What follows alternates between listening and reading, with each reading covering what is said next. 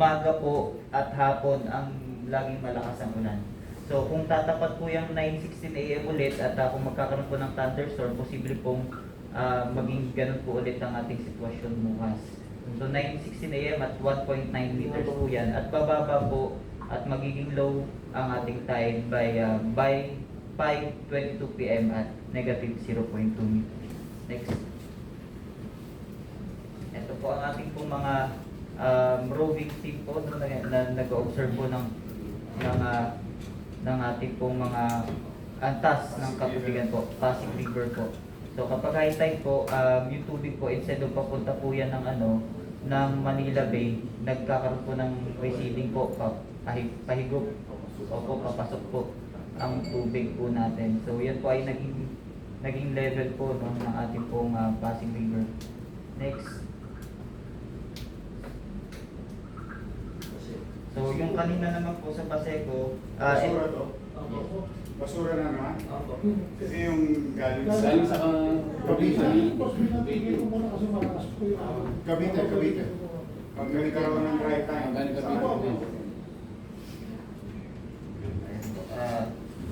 Ang linis-linis yan nung rivers.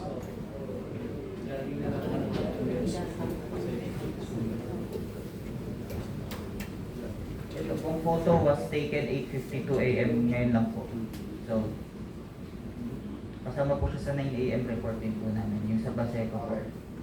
Next. So, sa ngayon naman po, yung level po ng Baseco po ay pababa na rin naman po. Okay.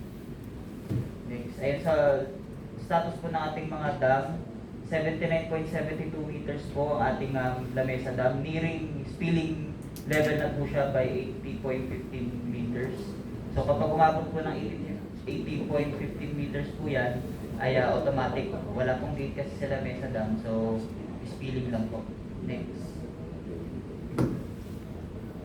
Si Angat Dam, si Ipo Dam po ang source po ni Angat. So sa ngayon po, 101.78 na po ang kanyang pong level at 101 po ang normal water level. So kapag tumaas pa po yan, posible pong magbukas po ng gate yan si Ipo Dam at siya naman po mapupunta kay Angat. Next. Si Angat Dam po sa kasalukuyan ay 161 na po at actually kanina pong alas 8 nag-report po si Pag-asa, ito po ay 170 meters na po. So tumaas po ng 8 meters nito pong nakaraang 24 hours. So good news po yun pagdating po sa ating pong mga sa tubig po. Next. Ayan, so sa kalukuyan po ay nakataas po ang red alert status ng council at magpapatuloy po ito hanggat hindi po magbabalik po sa normal ang ating sitwasyon. Next. Yan, okay na po. Thank you.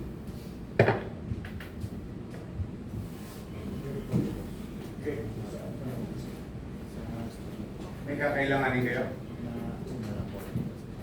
Wala na kayong kakailanganin. Everything is in place. Yes, Andres. Sa ano boss, yung pumping station sa Remedios, sineset up na namin ang mobile pump ng MDR. Isa lang daw yung kumanak. Yes boss. Naka-portable pump, sineset up na namin yung kanilang mobile pump. Yung sa MMDA papunta na. Tinawagan ko na po yung MMDA. Ganun po ako ng mobile pump. Para po yung tubig na namin.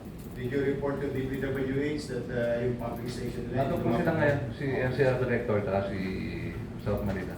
Oo. Ano po, yung sa FAUCA, gumagana yung vertical pump nilang dalawa at isang mobile. Yung isa po under repair. Ano po sila ngayon, tinitingnan nila. Kasama po yung district engineer natin. Okay.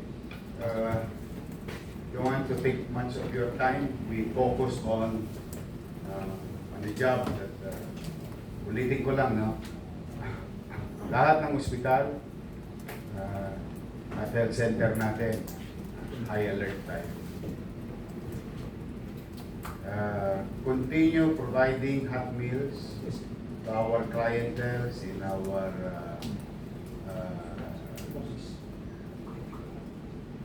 yung mga center natin, evacuation centers. And if it is needed all over the city, you make sure that we utilize under PO's leadership of all the sports complex on top of our regular evacuation area.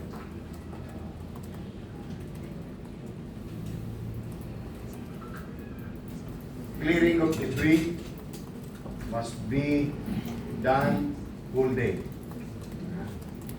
No matter what, no matter how hard it is to clear debris in the middle of everything, but we must. We need to clear these things. These are the price that we have to pay when we are in government. Medyo mahirap talaga pag tayo'y taong gobyerno. I need extra dedication from each and every member. We must clear our sites. Please also make sure that we work side by side with Meralco as a city and as a partner so that maliwanag yung kalsada na. The peace and order situation, high alert tayo sa lahat ng stasyon at DCP. So other than that, traffic enforcement, hospital, pagkain, continuity of government, peace and order, so on and so forth. And I need reporting by 6 p.m. tonight so that we can address whatever will come today in preparation for tomorrow again, the way we did it last night and the other night. Anong weather bukas? Tansya mo. Ano sabi ng mga makina? Ako, base po sa ating po mga model, kahit pa paano po ay improving na po bukas. Okay, Pero may and ulan pa rin po naman. we monitor the weather, Cesar. Early on tonight, we can declare if there is no classes or classes. We'll have classes tomorrow. Yes, boss. Masyado nang naapektuhan pag-eskwela ng mga bata. Ilang araw nang laging walang pasok. But the end of the day, life is life. Life is more important than anything else. But you coordinate, sir, with Christian and Sierra Remo so that we'll have a better outlook kung ano ang weather bukas. For the meantime, again, I would like to thank each and every one of you. Please extend my gratitude to your family and also to your team. To our DILG partner for coming here. Now it's time to work. It's 9 o'clock. We work now. Okay? Mag-iingat kayo, ha? And God bless you all. Thank you.